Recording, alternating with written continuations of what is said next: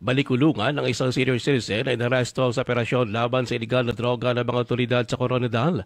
Kinilala ni PDEA 12 Information Officer Kataban ng suspect na si alias Jojo, 60 anyos, walang trabaho. Siya ay naresto ng mga PDEA agents at pulis sa lugar mismo nito sa Barangay Concepcion. Ito ay matapos magbenta ng Manoy Shabu sa PDEA agent na nagkunwaring buyer.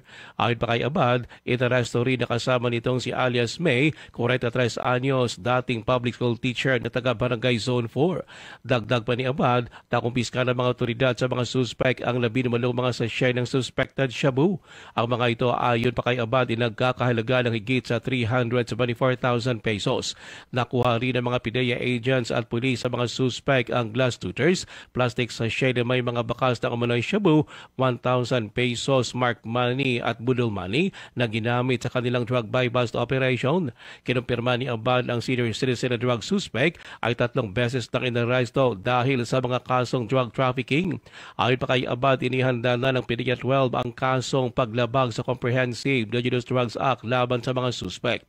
Ang nasabi mga drug suspect ay inaresto ng joint team ng PDEA South Cotabato at Sultan Kudarat, PDEA Seaport Interdiction Unit Jansan at PNP South Cotabato Drug Enforcement Unit. Ruel Usano, NDBC, Bida Balita.